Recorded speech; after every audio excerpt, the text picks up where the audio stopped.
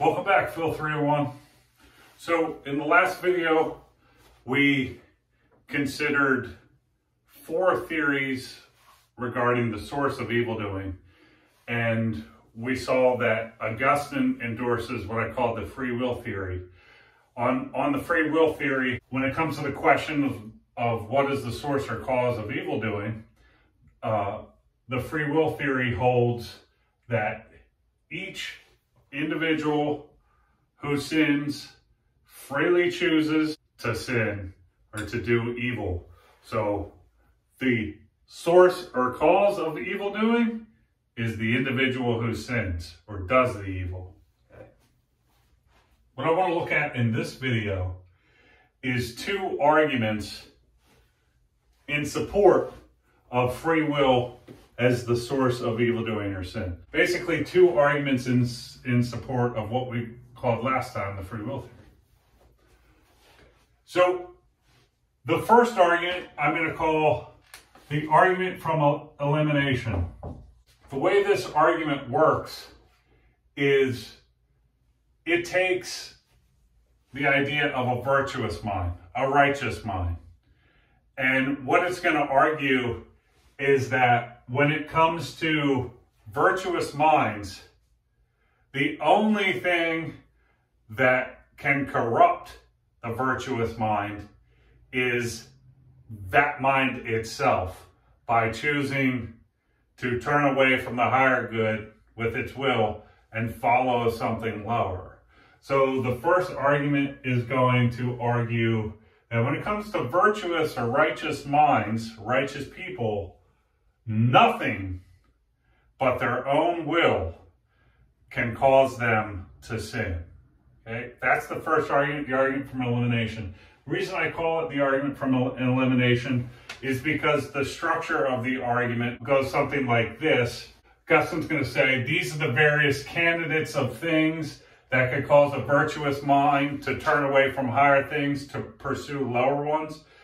You know, A, B, C, and D is going to be the free will. And he's going to argue A can't do it, B can't do it, C can't do it. Therefore, we're left with D. The will of the person who had the virtuous mind alone can be the source of the cause of he or she doing evil. So I'm going to put a copy of this argument in full on Canvas so you can read through and think about it on your own. I'm not going to write it out here because it's a 14, 15 line argument. It'd be too much to write out and put on the board, but you can find a copy of it stated on Canvas.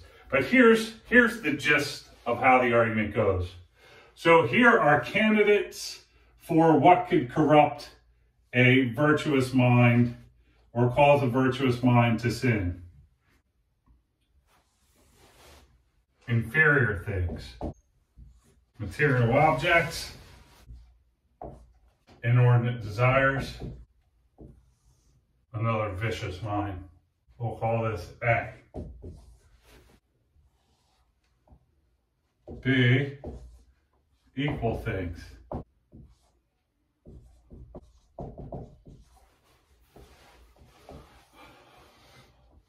C, superior things.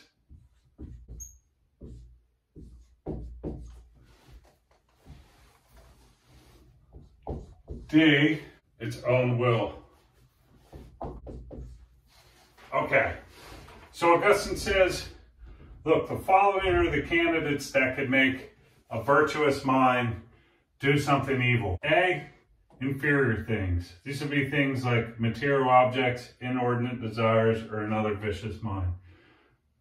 B, equal things, so another virtuous mind. C, superior things, God, perhaps a good angel. Or D, its own will or free choice. Augustine's going to argue it can't be A, can't be B, and it can't be C. Therefore, by elimination, when it comes to virtuous minds that sin, it's only their own will and free choice that caused them to, because none of these things can. So as I said earlier, I'm going to speak out the argument against A, B, and C, and then you can go and read the handout on Canvas to study it and think about it in more detail. So why not A? Why can't inferior things corrupt a virtuous mind and cause it to sin? Well, Augustine says, a virtuous mind is better than any material object, inordinate desire, or a vicious mind. And he takes it to be a truth that it's impossible for a superior thing to be controlled by inferior things. So these things can't corrupt a virtuous mind and cause it to sin. When it comes to equal things, Augustine has two arguments that equal things or another virtuous mind can't corrupt a virtuous mind and cause it to sin.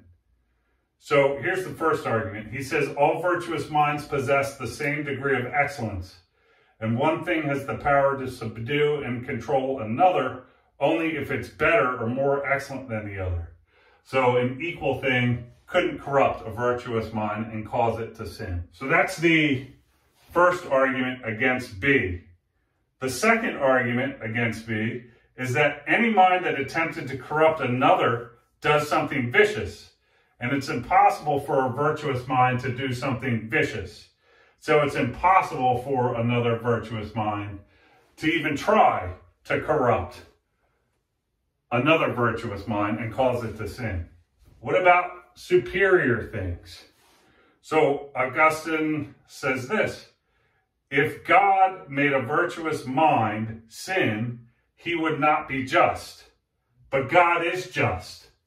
Therefore, superior things, namely God, can't cause or corrupt a mind and cause it to sin. So essentially, the argument has this structure. Either A, B, C, or D could be the cause of a virtuous mind being corrupted or sinning.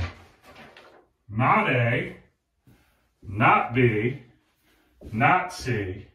Therefore, when it comes to a virtuous mind that falls, right? Someone virtuous has a downfall, they fall into a life of sin or into sinful acts. It's their own will or free choice that is the source or cause of that doing it. None of these other things can be. Again, look into this, think about the argument, and ask yourself the basic question which you should use anytime you evaluate an argument. Is the argument sound? And that breaks down into, is the form logically valid? Is it the case that if the premises were true, the conclusion would be true? And second, are the premises true?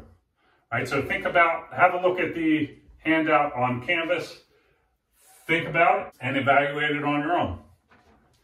So the second argument that we're going to look at in support of the view that free will is the source or cause of evil doing is what I want to call the direct argument. You can find this on pages 19, 22.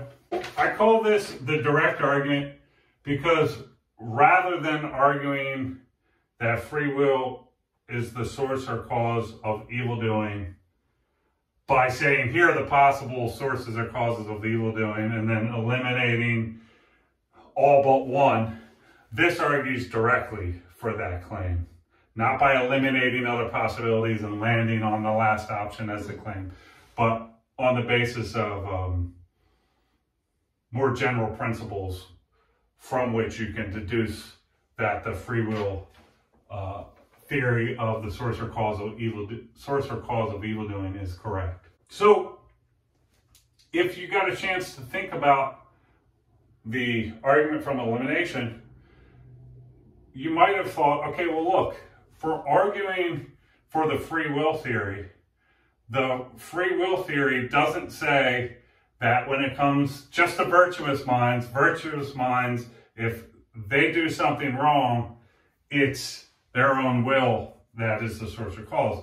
It says the free will theory says anytime there's evil doing, the source or cause of that is the individual's will. Whether the individual is viciously minded, that's to say they have a tendency or disposition to do evil things, or whether they're virtuous and they tend to just do righteous things.